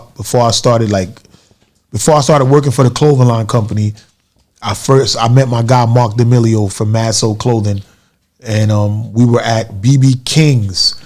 Rest in peace to that club, BB King's, because they shut it down. You know what I'm saying? BB King's was also another dope performance spot right there in the heart of Times Square. So I performed there, right, years ago, like 2000. It was either 99 or 2000, and it was I think it was it was a DJ battle or new music seminar, and this DJ named Cuttin' Candy was performing. She was hosting. She was a DJ and she was hosting. And my guy Mark told us, he was like, yo, for every person that y'all get these shirts on or my clothes on, I'll give y'all $20 a head. So back then, $20 a head, and he brought the bar out, so we was saucy as a motherfucker. And I was already connected backstage and everything like that. Yo, I put them clothes on so many people. I had the banner up on stage like this. Like it was some other clothing line that was supposed to be sponsoring that shit, but that night it was a Mad Soul sponsored event. Like I went crazy, and you know, through the roof. Marketing was phenomenal. I mean, everybody had on the shirts on stage. They were shouting it out. I was on the stage with the banner, and we was saucy. So, you know, you can be already an aggressive marketing guy, but when you saucy, you're like 10 times that shit. So I was like, I was going in. I was like, yo, and I kept going back to him like, all right, we got that one, 1, 2, 3, 4. Like counting, like this is how much money you owe me for tonight from me doing what I already do. Right? So I'm getting back to the point of the story, right? So I then went overboard now, right? Because I'm so drunk now, and I'm putting the clothes on everybody, turning that event to a Mad Soul clothing event. So now Cutting Candy is on the mic hosting, and she does a little freestyle, right? So now I'm an artist, but I'm a marketing guy for my company, Insane Psycho Home or whatever, with my brother. So now I get on the mic, and I'm trying to like freestyle with her, battle with her. Yo, the crowd booed the shit out of me. I mean, the crowd booed me so bad. I got booed so bad that my brother was embarrassed. Yo. My brother was in the back like hiding like, damn, son, you should have got on the mic, son. You doing too much. Wait, this is off the top freestyle or like written shit? I don't even remember what I was doing. All I know is I was so drunk and I wasn't even battling her. I was just rhyming with her, but I was so aggressive to take the mic and do what I wanted and shit because I didn't give a fuck that the whole crowd booed me. So my brother was embarrassed by the shit because, you know, it was so many people packed in there, but I looked at it as, you know what? I got booed, but I got the whole club rocking Mad Soul and talking about Mad Soul. So we won, right? So it's a win, man. This is what I'm saying. Like, I got booed, right? But yet, I wound up getting a job from that. So not only did I put Mad Soul clothing on everybody and I kind of deboed the whole situation, not only did I do that, he hired me for that shit. You feel me? So I worked at Mad Soul Clothing for 4 years after that. You feel me? For 4 years. You know what I mean? I've traveled all over America, did fashion shows everywhere. We didn't put clothes on Jay-Z. We didn't dress almost like so many people off of that. And I got booed that night. Niggas don't even remember the boo, though. They just remember the Mad Soul. Some niggas in the spot probably remember the boo. They like, oh yeah, that nigga got booed or whatever. But I got a job out of that situation. Look at you feel me? Yeah. So that shit was dope. You know what I mean? So don't never let nothing discourage you. Don't never let you getting booed or anything discourage you. Don't ever let you not winning the event discourage you. Just go out there, grind hard, and make it fucking happen. Make it happen. You make it happen, and you never know what's gonna come out of that shit. You feel me? No excuses. Just keep going, bro. That's a fact, man. Shit is real out here, bro. You know what I mean? And I just like to applaud everybody that's keeping on going. Just so y'all know, by the way, this episode is sponsored by Ride Out Energy Drink. You know what I'm saying? We drink it. What you think about it? This shit's fine. My joint's almost done. Yeah, mine's done. I need another one for the road. You can take that one to go. You know what I'm saying? Rough Riders Ride Out Energy Drink. It's pretty good too. And the first time when I tried it, when I went up to the offices to get it, I was actually very exhausted because I was working, I was grinding, going to different events, and I was like, damn, I got to drive all the way back to Far Rock from Yonkers. That's all the way up from the top, you know what I'm saying, all the way down to the bottom. So I drank one of these shits, and I had a little boost of energy on the way back. So I was like, oh shit, these shits work, you know what I mean? Right. And then when I was driving back, I was talking to my brother and all of them because my brother was in town and he's flying out today back to Switzerland. And he was like, yo, son, let's go hang out. And I'm like, yeah, I got a boost of energy. I'm about to go out again. But then the shit started dwindling away and I started crashing and I started getting tired again and I felt it. So, you know what I'm saying? It lasted for a little good while. So it definitely gave me a boost of energy. So I want to shout out to the Ride Out Rough Riders Energy Drink makers of this. You know what I'm saying? Nitro Fruit Punch is the flavor of this one. And it definitely gave me a boost of energy. And they keep it on going, doing what they do. And that's just a sign of never giving up. Never give up and keep pushing your 100%. Shit. And it's gonna happen. You know what I mean? So look, what's next for you though? Nujack Mac? Yo, we getting this shit legalized because a lot of people getting jerked in this industry. I'm not trying to be one of them. Once I get that down packed, we got a mixtape dropping in May. If everything go well, it's gonna go as planned. Everything is gonna go good. That's when you're gonna start seeing me at a lot more shows, doing a lot more things like this. The interview part. This is actually like my first extra interview for real. Okay. But shout out to Brooklyn's Balance. I did one of those joints before that kind of got me into training. Right. And then I'm gonna just do a lot more of these things, put my face out there, getting better at performance, have my vocals out the thing, being able to like actually do it. It's called TV tracks. TV you know what I'm saying? tracks. When you performing, you tell the engineer when y'all doing y'all songs, because you know you're supposed to have certain versions to give to DJs. Yeah. You got to have the clean, the dirty, the acapella with no music, the instrumental with no vocals, and then you got to have the TV track. Then you even got to have a track that plays a little longer in the beginning so that when DJs is talking over your joint before they play it on the radio, they have that. Like it's like 7 or 8 different versions you're supposed to have. You know what I'm saying? And that's what it's called, the DJ pack. When you send a DJ your record, they all supposed to be mixed and mastered, but it's supposed to be an instrumental, a acapella. So that, say if for instance a DJ want to play your record, but he want to do a mix and put his own beat behind it. Right. He got to have your vocals with no music behind it. Bro. But I think with those new decks and them shits that they got, they could just take the music out themselves. I was at a performance too. Like he took my vocals out a little bit. I'm like, how the hell you do that? Yes. But it's some buttons that they can press on them text, them Serato shit. They got a lot of things where they can take shit out. So maybe you don't have to give them every version that I just named because the Serato system can do that. But you always want to be prepared. Excuse me, y'all, for yawning, but I've been out all weekend doing my thing, and then after this, we got to go to an event. I got my guy Lazarus the Top Don from Top Don Empire in the building, who actually alley-ooped you. Yes, indeed. Shout out to my guy Laz, yo. Let's go, my guy. You know what I'm saying? We got a lot of shit going on out here. I'm just so happy that this is, and it's still Black History Month. How much time we got? Because I didn't get into a couple of my joints. We got a half still? Okay. All right, cool. Look, so it's Black History Month. So I want to go into a couple of things real quick. Bing. And I want to talk some shit about this Black History Month because I like bigging up my peoples. You heard? Yes, sir. So look, let me see. The free game. Nope. Don't want to talk about that. I seen that shit this morning though. Yeah, hold up. Oh, that's some education system scam shit. Shout out to my guy $1 Million Smiles. I want to say something else too. Really, I want to say something. I want to say something about the food that we eating too, because for Black History Month, we also got to talk about the health of our peoples, because I be looking at a lot of posts or videos online, and I see a lot of, when there's videos of like a lot of black people down south, everybody is kind of obese.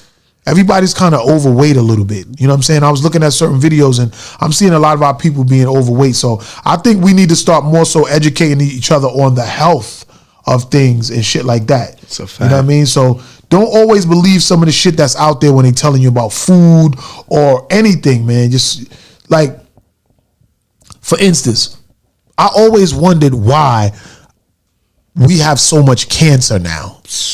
Like, only us. Why the fuck is everything cancer? Like, you got cancer of the cervix, cancer of the balls, cancer of the head, cancer of the hair, cancer of the... Like, everything cancer is in everything. And it has to be coming from somewhere. Your body is just not getting all this cancer, these new cancers everywhere. You know what I'm saying? It wasn't like this back in the day. So, I want to play something. And I want us to, like, discuss this shit. Panty liner accused of containing a chemical known to cause cancer. This is according to a new lawsuit which was filed yesterday in Los Angeles. A lab test showed the Carefree panty liner contains forever chemicals that don't break down easily. Exposure has been linked to multiple health issues, including immune developmental defects and increased risk of some cancers. Protect the women. That the company eliminate these chemicals from the panty liner. Take it off the shelf. Warning label on its packaging. The owner of Carefree Panty Liners has not responded yet. He needs to respond. You see that shit? Now you see all of these ladies that go through their menstrual and all of that, and they use them Carefree Panty Liners. So that, they little pads that we all be nervous to go to the store and buy it for our ladies. Well, this here is saying that these panty liners have chemicals in it, and remember that shit is resting up on a girl's nunu all day whenever she's going through her little menstrual cycle. But it's the chemicals that's in that stuff that's giving these girls cervical cancer, bro. Just like my second cousin, she died from cervical cancer, right? But it turns out that the Johnson & Johnson powder was giving women cervical cancer. So you remember how back in the days women would always put powder on their coochie, on their chest and their titties and their back to keep them dry? and keep them fresh. That fucking powder was killing them, giving them cancer. Yeah, just like these. They getting a bag for it too. Because mad people got killed. Just like these carefree panty liners from the menstrual people, the girls with the menstruals is using. The chemicals that's in that is going back up in your vagina, and you getting cervical cancer from that shit. And these shit's been out for so long. So just think of how many ladies died from cervical cancer that was wearing pads, because all women got to wear pads once a month for years. So that shit is killing you.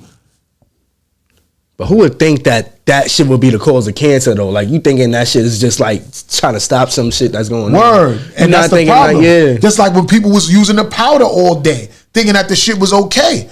Nah, that shit was killing them. That shit was seeping in your pores. Your skin is the number one organ. Your skin is all around your body, blocking from your meat under your skin, but that absorbs everything. Why you think when they was testing the whatever chemicals that Diddy had in all them bottles of baby oil, it was some type of horse tranquilizer manipulant shit that he would spray, and if you rub it off because it's baby oil, it seeps in your body, and now they can take full control over you.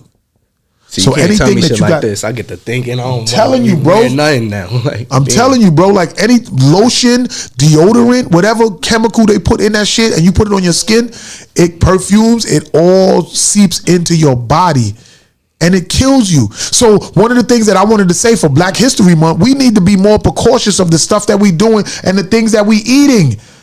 Like with the whole McDonald's and all that shit. That shit is poison, bro.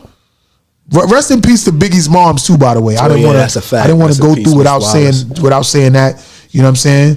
Biggie's moms died just recently, and I want to send a rest in peace to her. How did she die though? You know, she was old. Natural causes? She was old. She was already in her 70s. I think she was like 70 something. You know what I mean? You know, people die, and that's just what it is. You know what I'm saying? But yeah, rest in peace to Biggie's moms. She definitely ride out for her son for a long time. But again, we're in Black History Month, and I like to have little segments where I talk about shit from Black history. So look, listen to this. Folks, that's just facts. Built this whole damn country for free. Every brick, every rail, every road laid with blood and sweat that never got a paycheck. And what did they get in return? Chains, whips, red lines, nooses, Jim Crow, COINTELPRO, prisons, knees on necks, bullets in backs.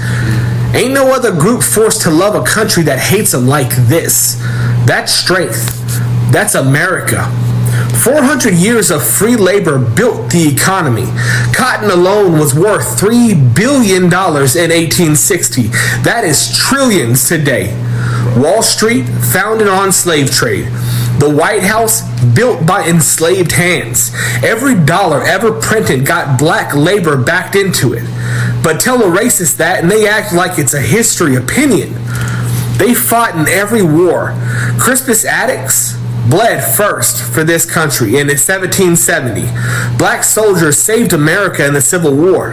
Hell, World War II fought Hitler while getting lynched at home. Vietnam drafted in disproportionate numbers. The thanks they got: GI Bills blocked, housing loans denied, neighborhoods flooded with heroin by their own government. Look it up. And you still got racists yelling, "Go back to Africa," like they ain't the original stolen property. Malcolm X said it best: "We didn't land on Plymouth Rock. The rock landed on us." Ain't that the truth? Black folks got every right to hate this place, but they stay. They fight. They create. They revolutionize. America wouldn't exist without them, and it damn sure would collapse without them. Ain't nothing more American than black folks. That's yo, right there alone. I can't clap to that shit. You know what I'm saying? Like that shit real. Gotta talk about it, man. That shit fucking real. You know what I'm saying? Like I always be up on this show saying that, even if it's not Black History Month, I always be saying this to the people because I think some people don't really understand, man. Like he just said it. The slave trade was a multi-billion-dollar industry back then. Picking cotton, multi-billion-dollar industry, and there's still families that's eating off of that first wealth. Right after the motherfucking Europeans and the Pilgrims came here and killed off the Indians and was like destroying their land, they brought black people over here as property and were selling them, raping them, killing them, burning them, feeding them to alligators, doing everything, raping them. All of that. Black Friday is a day that was celebrated who was selling the most toughest, biggest, strappingest slaves that could work the hardest. You know what I'm saying? This country was built off the backs of blacks. That's a fact. And black people are still treated like we're the bottom of the totem pole. But yet, this hip hop culture, everything about it, which drives the economy so much, it's black culture. I don't understand why the black culture is not recognized as the economy of America. Because this hip hop shit sells everything. I mean, you go on TV and you watch commercials, everything is sold. Fashion, food, clothes, shoes, electronics, subscriptions to whatever. It's all in some form of music or hip hop or something. And we still get treated the less than. When all this digital shit happened, when Napster happened and the label started figuring out how to fucking manipulate Instagram and Spotify and all of that, most people that's out here putting out music is who on this hip hop shit is who? Our people's black and Spanish people. But yet we're still getting 15/8 less of a penny off of these streams. I would be cool if it would just go back to when we was getting $1 per stream. So you buy my song, give me 99 cents. I'm cool with that. You get 10,000 people to buy your song for 99 cents. You make 99. You make fucking 10,000.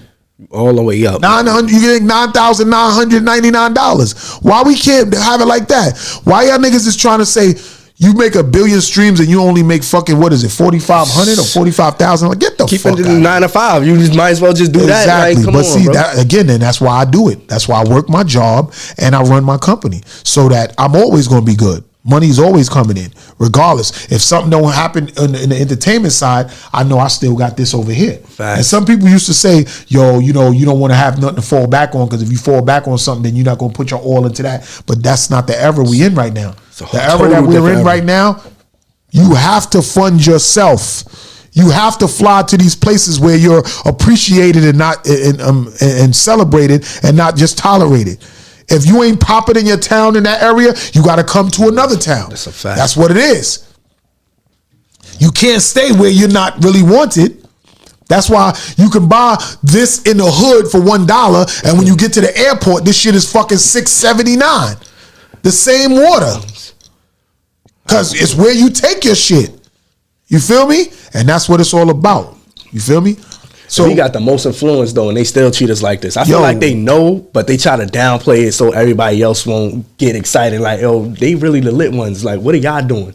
Yo, you know, a lot of the reasons why a lot of the towns like Tulsa, Oklahoma, Black Wall Street, and some of these communities, the black flourishing communities, were flooded or burned down or bombed, is because white people were so jealous that these slaves tightened their bootstraps up after the slavery was abolished, and they went and had their own town, their own banks, own schools, own supermarkets, own everything flourishing, all black everything. Like we didn't need no white people to come in and do nothing. You ain't got to try to rape, beat, steal, or lie and do a Karen move. Oh, that guy trying to look at me. There was none of that in these black towns because we ran them all. Whole thing. Like how nowadays when you go to Jewish communities and they got their own stores, their own everything. They right there in Queens, I was in Kew Gardens. They got their whole own police, bro. Like what the fuck? We don't got none of that. Black people had that. The government said, you know what? We don't like them niggas living good without us, flourishing without us. We can't get that free labor from these niggers no more. So they would bomb the whole town and destroy it, or flood the whole town and destroy it. A lot of our ancestors were killed from jealousy from white people, that they seen that we were able to do this and live good without them. Like how they still doing that? Oh hell no, we gotta get rid of the whole city. Like it's like they was that guy from what's the movie Belly, when that nigga was in Oklahoma somewhere and he was eating a banana. He was like, oh no, we don't like that. Oh, I don't like that shit. I'm gonna have to drop a dime on him. Oh, we don't like that shit. You remember that scene from Belly? I forgot the guy who played that. The nigga from I know who you're talking about. Menace to Society. Yeah. He was crazy. He was eating a banana like, oh no, I'm gonna have to drop a dime on them niggas. I don't like crazy. that shit. That's how them white people was looking when they seen that black town flourishing. Without them, we weren't your slaves anymore. We didn't need you for nothing. We ain't taking care of your fucking kids. We ain't milking your cows and doing your de-egging your chickens. We got all our own wealth over here. And we looking real nice and dapper with our fucking garments because we've invented everything. So the fucking stylists, the tailors, all of that, we had all of that. Black people were doing all of that. We were forced to do that for these white people, but now we're doing it on our own and we're looking way dapper than them motherfuckers. Look at Dapper Dan. He was the motherfucker that took those prints, those Gucci, Louis, MCM prints, and made garments for all of the rappers. They tried to sue him back in the days. And they was like, oh, you can't use our print. And look, 20 years later, they tried to fucking come out with that shit in a fashion show. And the whole community came out and said, that's Dapper Dan shit. How y'all gonna try to stop him from doing this shit, and 20 years later, now y'all gonna try to come out with these designs? So you know what they did? They hired him now to be the coordinator for their shit because they tried to steal his ideas. I'm telling you, black people, we built this shit. We need to hear this shit again. 70. Black soldiers saved America in the Civil War. Hell, World War II fought Hitler while getting lynched at home. Vietnam drafted in disproportionate numbers. The thanks they got: GI Bills blocked, housing loans denied, neighborhoods flooded with heroin by their own government. Look it up. And you still got racists yelling, go back to Africa, like they ain't the original stolen property. Malcolm X said it best. We didn't land on Plymouth Rock. The rock landed on us. That's it, man. Y'all gotta understand, man, like we are fucking true kings, queens, warriors, and empresses out this motherfucker. Like, you know what I mean? You give us fucking the intestines to a pig and we make a delicacy out of it. Like, I never ate that, but I'm pretty sure those fucking, what is it, chitlins or whatever? Them shits is delicacies in certain places. They would throw us anything, the most fucking worst shit possible, and we turn that shit into something. We make you feel what I'm look saying? Good, man. And look at it like Inspiration. this. You from Harlem? Yes, indeed. You see, it was a whole plan to put mad black people inside project apartments and break up the families, right? We talk about this all the time. They're giving the women these fucking project apartments and telling them they can't have men living with them, so they broke up the families, right? Then they would go and tell the white people to go to the banks and get the loans for homes so they could move into like Long Island and the big rural areas and shit like that. But look what that created. Yeah, it created a lot of women feeling like they don't need men. Yeah, it created a lot of kids growing up without their father. But look at how many well-known superstars came out of the projects. Queensbridge alone tells you that shit groomed nothing but superstars. Marcy Projects groomed superstars. You know what I'm saying? Like every rapper talks about they came out the projects. So the whole plan to break up the family and throw families into projects, look at how many talented stars and entrepreneurs came out of the projects. So even their plan to destroy us as a black family, we still turned around and became superstars and sports icons and still on top today. Look at that shit, man. No matter how much they try to stop us and put an obstacle in our way and put lemons in front of us to eat, we'll still come over them obstacles, persevere, and turn them lemons into lemonade, no matter what they do to us. They can't stand that shit, bro. Hell no. They get infuriated. Like, they really don't. It's jealousy, bro. That's all it is. Everything in their power. They know we the lit ones, but they still trying to, like, downplay shit. And you know what? They want to be like us the whole entire time. Yup. And people shouldn't be ashamed of saying this because they all say, oh, white power. You know what I'm saying? They all want to say that they're so superior, stuff like that. Well, black power, and we love ourselves, and we love our people. And it kind of gets me upset when I hear other black people saying, oh, it's always our own kind. I hate my peoples. I hate my nigga peoples. The fucking niggers. Like, what? Fuck you mean? You hate your kind, you hate your peoples. Like, get the fuck out of here, nigga. Like, you think it's not mad white people that be doing mad foul shit that make other white people don't like white people? Yeah, but you don't hear them saying that shit popularizing it. We already out here killing each other at an enormous, alarming rate. You think white people and Indian people and everybody ain't watching that and happy? They just don't show it on the news like that. If we do something, oh yeah, look at what happened here. Look what happened here. But if they do something, crickets, bro. They don't even talk about it. And you know what's crazy about that? That it's only like maybe 17 to 20% of black people, right? In the population, right? In America. Most of it is white people. And now it's going to be Latin people. Because now they just let 9 million Latin people in, and they all ain't get kicked out. They saying Trump getting rid of all of the people. They still in here engulfed and hidden in certain places, selling shit on the highway that you don't know about, and they still living in America. You feel me? So we are the lowest percentage of people in America, but they try to make it seem like all of the crime, all of the fucking poverty, all of the shit that's going wrong is through black people. But yet, the 70% of white people and other nationalities that's out there, where all of they killing and shit at? Why is that not being fucking broadcast and televised? Because we ain't the only ones killing up each other. They shooting schools up and shit. You know what I'm saying? Bro. Exactly. Not the people doing that. You know what I mean? The white people just shooting up the schools and doing wild shit and eating people and shit like that. Black people ain't doing that shit. But why is it never like televised like that? Because in this country, it's that white privileged. And that's the problem. Just like with the whole Diddy situation. Diddy is in jail for the same shit the fucking white guy from Abercrombie and Fitch got bail for. Matter of fact, the guy from Abercrombie and Fitch was doing it just as long as Diddy was. But he was raping all of the white boy models. I don't even know about this shit. Yo, son, I'm telling you, it is. Never even heard about it. Used to rock Abercrombie and Fitch. I heard about. I never rocked it though, but I heard about it. I'm pretty sure it's people in this studio right now that had Abercrombie and Fitch shit before. Well, the guys who own that, the white guys, they had a fucking sex ring going on just like Diddy. For a long time, and it was making all of these boy models come through and giving them the hopes that, oh, you're gonna get a big modeling contract, just like how Diddy was doing that to people saying, oh, they're gonna get a record contract. Well, these white boys was doing that to the models, and they was bringing them and flying them in from different countries and different cities, and they were raping them. They were drugging them and raping them, and they got caught for it, for doing it for 20 something years. And when they went to court, they instantly got bail. And this was after the Diddy shit. After he got bagged. Why Diddy still in jail? He had the military raid in Diddy's crib. Right. You don't even see what happened to them. They just popped up in court. I'm just saying. Why is these white boys from Abercrombie and Fitch that been raping up all of these male models for 20 something years, why they didn't stay in jail and be stuck in jail?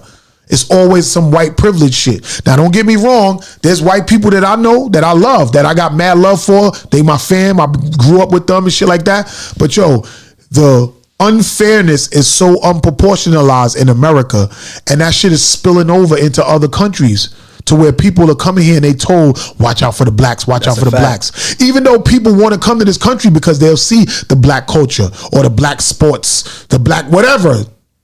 A lot of people coming here because of the blackness of this country. But you got all these other nationalities telling them, watch out for the blacks, watch out for the blacks. It was a lady I used to work in the airport. Her name was Oxa. I'll never forget her. She was around me and my other manager, and we black. She's like, you know what? You're a real cool guy. I like you and Matthew. When I first got in this country, they told us to watch out for your... She didn't want to say it though. Like, your color people. I'm like, yo, that is crazy, bro. Yo, they still saying that shit. They still saying that shit, yo. And there's so much jealousy and hatred that's going on amongst us. But we such a powerful people that we'll persevere and win.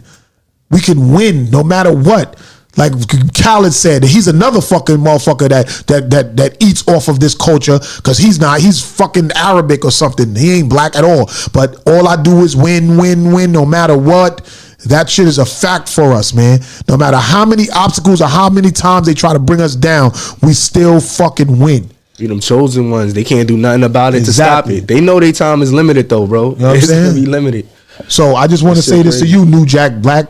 Yo, Nujack Mac, don't ever let nobody tell you that you can't do it.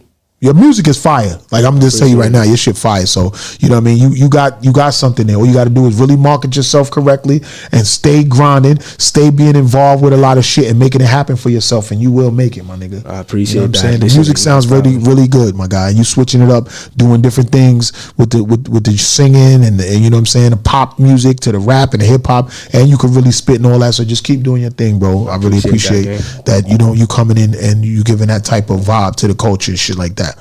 You know what I mean? So, what's next for you? In May, like I said, we doing this mixtape album.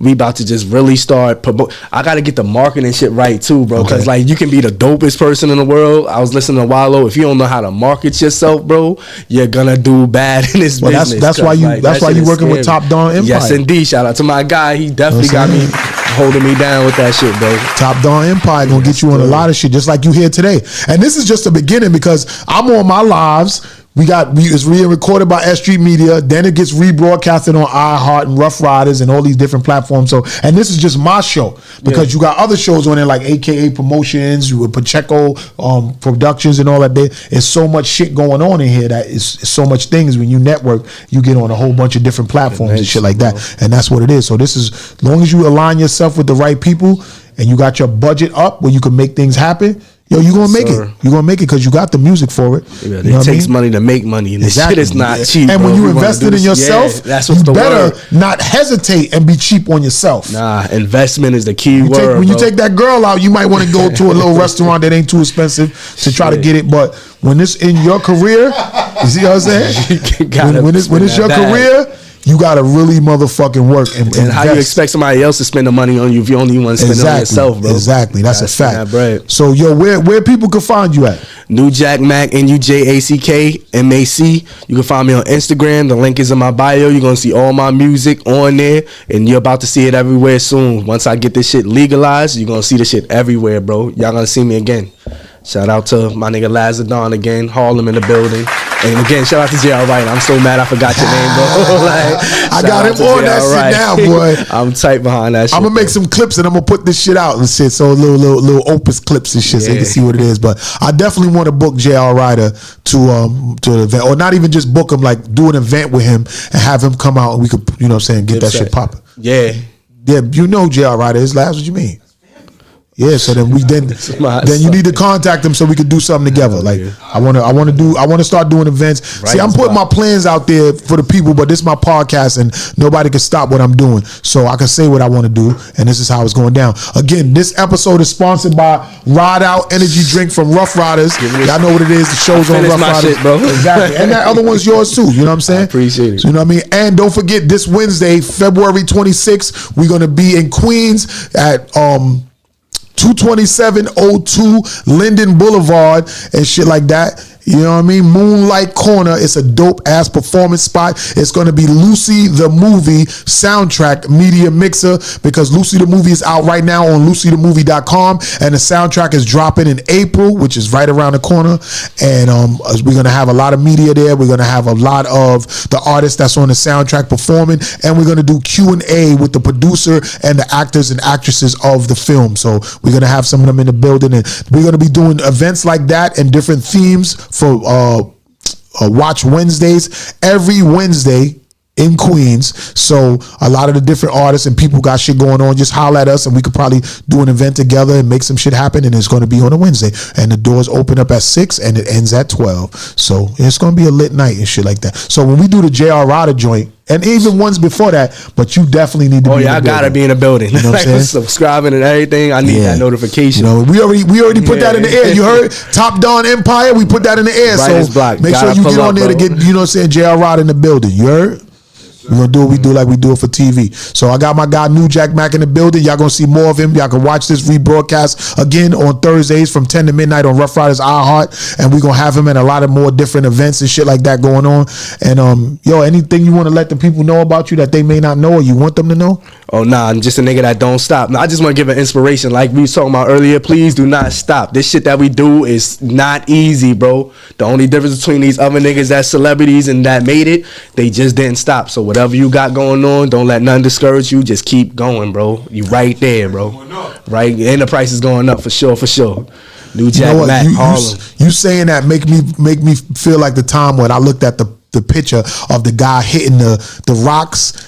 And the guy's mad that he didn't get nothing, so he walked away. But the diamond was right behind. All he had to do was hit the rock one more time, and that diamond was right there. But he gave up. Right Can't before he do got to that man. shit. You got to stick with it, y'all. Stick with it, man. I've been Trust doing the this shit for a long time. I've seen a lot of progress, and I still don't feel like I'm where I need to be, but I'm still not gonna give up because I love this shit so much, and I got a lot to say, and I'm just so fucking good at it.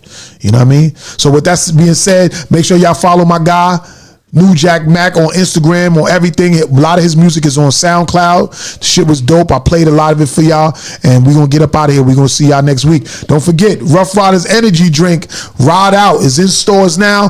Lucy the Movie this Wednesday. We're gonna be at motherfucking Moonlight Corner, 22702 Linden Boulevard, Queens. Y'all 6 to 12. No cover at the door. It's a free entry. Like, get in there. See y'all in there. Pop out. Let's see what we do. We do what we do like we do it for TV. Grindhard. Fly side.